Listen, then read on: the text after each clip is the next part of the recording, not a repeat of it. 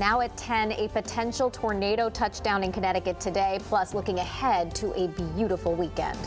Also tonight on Connecticut's news station, our state's first case of a human infected with West Nile virus this year. We'll tell you why this wet summer could mean a higher risk and how you can stay safe. How does it feel to be able to give blood for the very first time? Well, coming up, we'll hear from some people making that historic donation tonight. Now at 10, this is Fox 61, Connecticut's news station.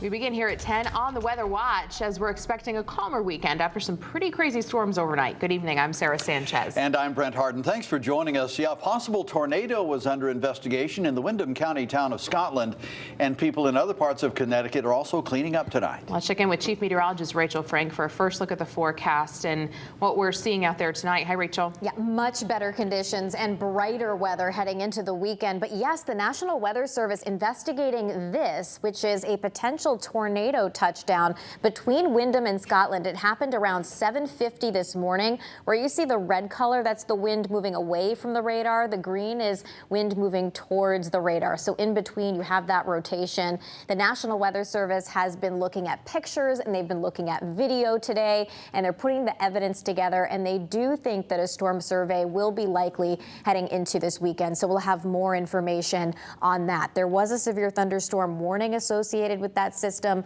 but not a tornado warning in Connecticut. Still, there were reports of flash flooding. There were some downed trees, power lines, high wind gusts, but not as much damage as our friends to the east, and a parade of tornadoes, EF2, EF1, EF0, and EF1. That's the latest word from the National Weather Service, with the same storm that actually passed through northeastern Connecticut ending up producing multiple tornadoes. So a really wild morning, and we lucked out that the worst weather ended up staying to the east. Low temperatures tonight falling back into the 50s to right around 60 degrees. The storms are out, and so is the humidity. It is going to feel a little bit like early fall when you wake up tomorrow morning with that chill in the air.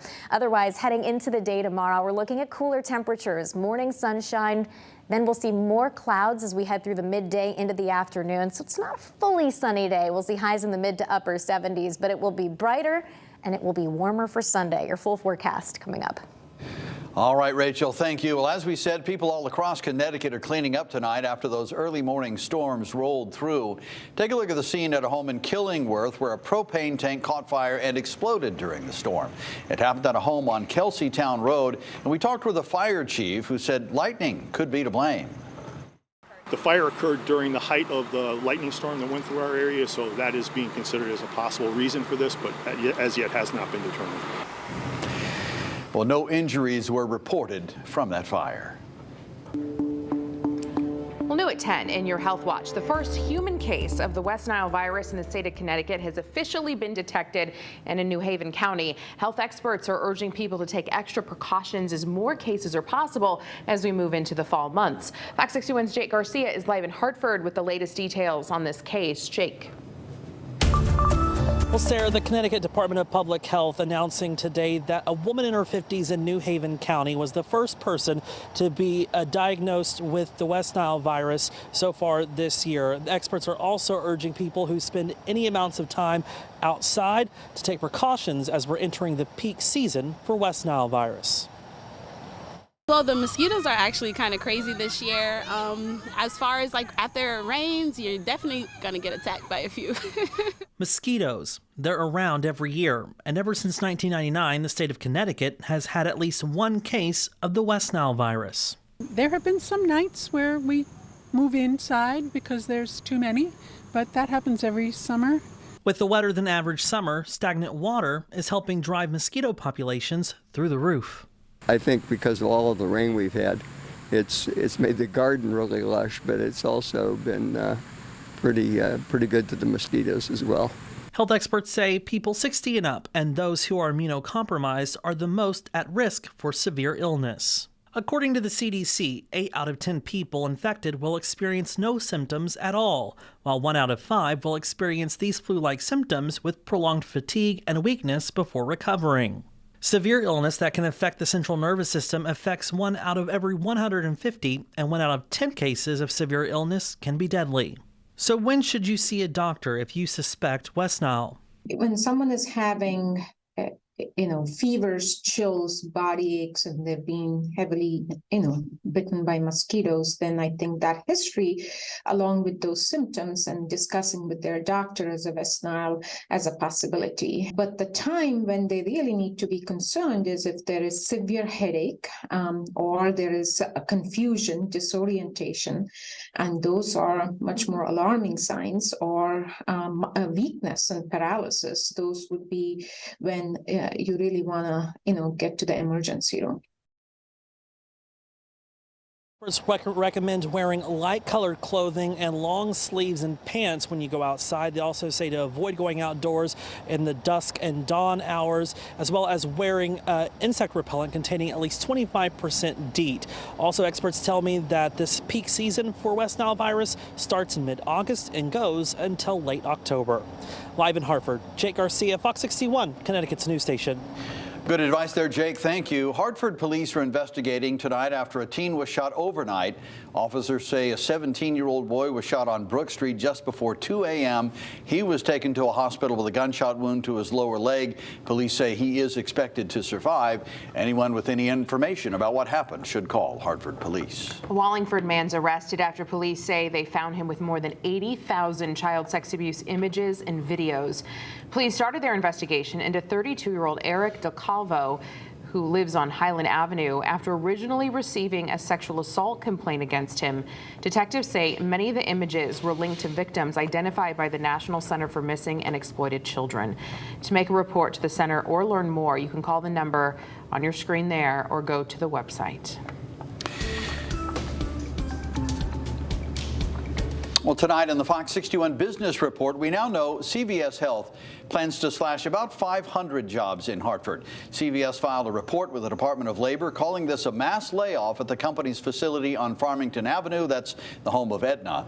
CVS says a little more than 300 of those positions are actually held by Connecticut residents. The others involve those who are working remotely. The layoffs are expected to begin in October and will continue through the end of the year. Ready, set, save. Connecticut's tax-free week begins this Sunday, and clothing stores all over the state are already gearing up for what's expected to be a busy week. The sales tax holiday launched over 20 years ago with clothing and footwear under $100 tax-free. Connecticut is one of 19 states to have a sales tax holiday, with the state sales tax being 6.35% and inflation raising prices across the board. Shoppers are going to take advantage of the opportunity. Definitely, so you can save some money, back to school shopping. Good opportunity. She does uniforms for schools, so that's like a really big thing now that uniforms are mandatory, so I definitely plan on taking advantage of it. It's not exclusively clothing and footwear items that are tax-free next week. Diapers are also included in the promotion, an item, of course, that we've seen risen exponentially in price in just the last year. The Connecticut Red Cross is celebrating the formal end of blood donation restrictions imposed on gay and bisexual men. Yeah, it comes after the FDA reversed a policy from the beginning of the HIV/AIDS crisis. Fox 61's Emma Wolfhorst spoke with some people making a historic donation today. Yeah, excitement here in Wethersfield as those previously ineligible were able to get on these tables for the very first time. I knew I would be one of the first when the day came. Paul Shipman couldn't wait to sign in for his blood donation appointment Friday. I'm a gay man and I'm married, and I'm delighted to be able to join the rest of the community. This to me is like voting. This is something everyone should do. But until just a few weeks ago, Shipman was not allowed to give blood. It doesn't matter what your sexual orientation is, the blood is just as safe from anyone that walks through our doors. In August, the U.S. Food and Drug Administration implemented a new policy allowing more LGBTQ+ men to donate blood, reversing restrictions put in place during the HIV/AIDS crisis of the early 1980s. It's about damn time. Advocates say the U.S. has been screening its blood supply for nearly 40 years, believing this rule change is a long time coming. Folks like me, who could have been donating blood, were banned from it simply because of a label that we identified ourselves under. Some state and federal lawmakers who pushed for the FDA change joining Shipman and other first-time donors Friday. There's no fact-based reason to deny those donors the opportunity to save lives. The Red Cross, which collects 40% of all blood in the country, is now using a more inclusive screening process with an individual risk assessment to determine who is eligible to give blood. Their blood is no different. It is equally healthful and equally necessary to save lives. Saving lives, exactly what Shipman is hoping to do. I will be back. I'm eligible October 13th, so I will be making an appointment. And the Red Cross Blood app has already pinged my watch to tell me sign up.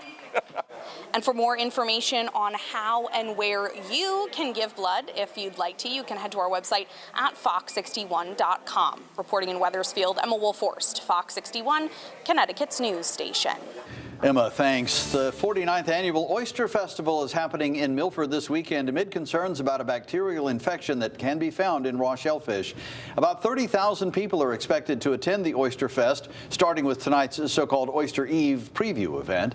Businesses are supplying the event with tens of thousands of oysters, but shop managers like Mike Duhame say their shellfish don't have that bacteria known as Vibrio. Everything we have from what you've seen in the cooler here, it's all iced, it's refrigerated from the time it gets off the boat. It's safe. The rare Vibrio infection can come from eating raw shellfish or being exposed to brackish water with an open wound. 2 people have died while swimming at Connecticut beaches, and a third Connecticut resident got sick after eating raw oysters out of state. Tomorrow's Oyster Fest goes from 10 a.m. to 6 p.m. Well, here's